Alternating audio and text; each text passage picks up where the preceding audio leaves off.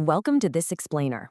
Imagine this. It's September 1st, 1939, and 1.5 million German soldiers are pouring across the Polish border. They're moving with a speed, a ferocity, and a level of coordination that the world has literally never seen before. In just 4 weeks, Poland, a nation of 35 million people with an army of 1 million men, is completely crushed. The force that pulled this off was the Wehrmacht, Germany's ground forces.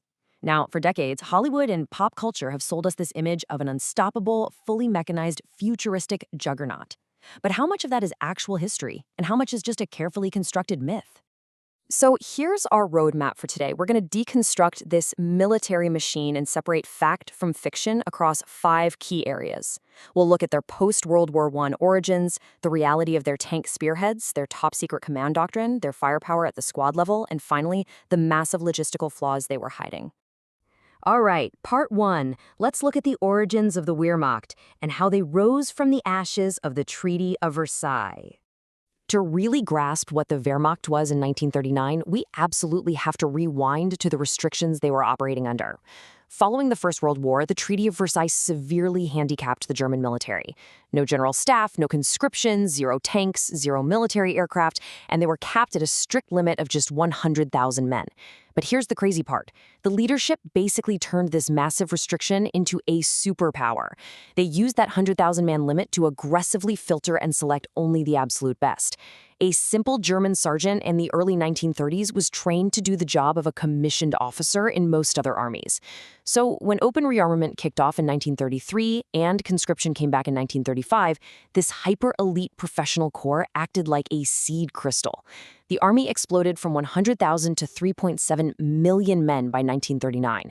That is a staggering 37-fold increase in just 6 years.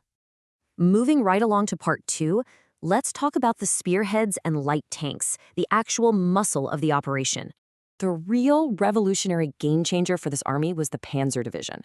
In 1939, Germany only actually had 6 of these, but they completely rewrote the rules of warfare. The secret wasn't just having tanks, it was all about integration. A Panzer Division was essentially a self-contained battle group. They combined tanks with motorized infantry, artillery that could move fast, combat engineers, and a fully motorized logistic tail that kept up with the front lines. This meant they didn't have to sit around waiting for slower foot infantry to catch up. They could punch a hole right through enemy defenses, exploit the gap, and just keep going deep behind enemy lines. But wait, let's take a closer look at the actual tanks they were driving, because this is where the popular myth totally shatters. Germany fielded around 2,600 tanks in 1939, but the vast majority were light tanks. Over 1,000 of them were Panzer Is, which were basically glorified training tractors armed with just 2 machine guns. Their armor was literally so thin you could pierce it with heavy rifle fire.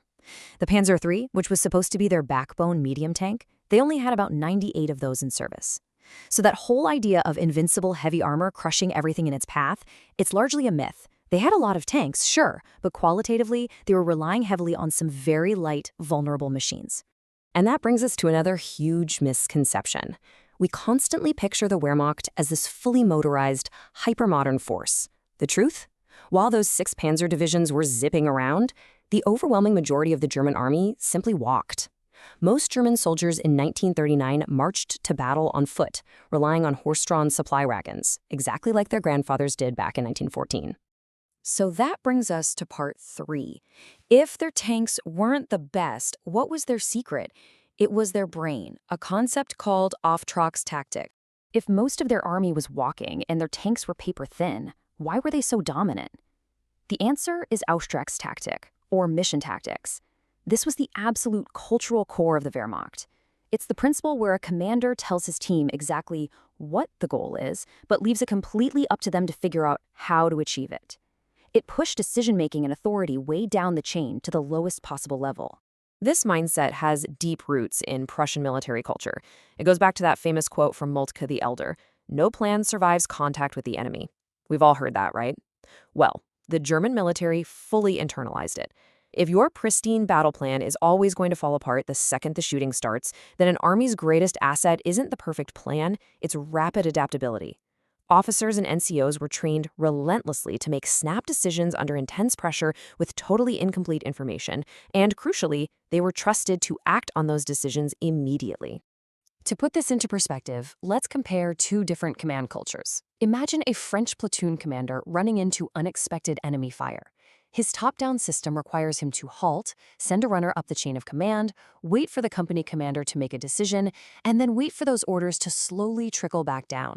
It makes the entire army collectively sluggish, no matter how brave those individual guys are.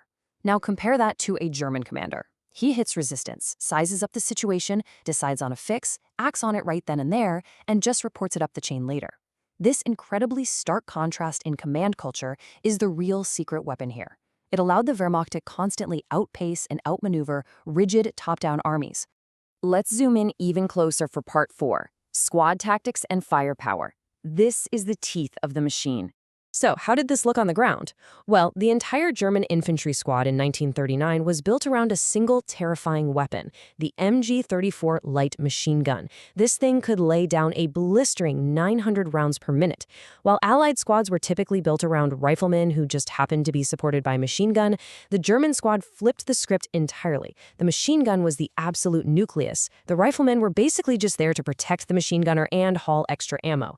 This setup let them execute devastating fire and movement tactics, pinning the enemy down with an overwhelming wall of lead while the rest of the squad rapidly swung around to hit the flanks. Okay, we've seen why they were so deadly.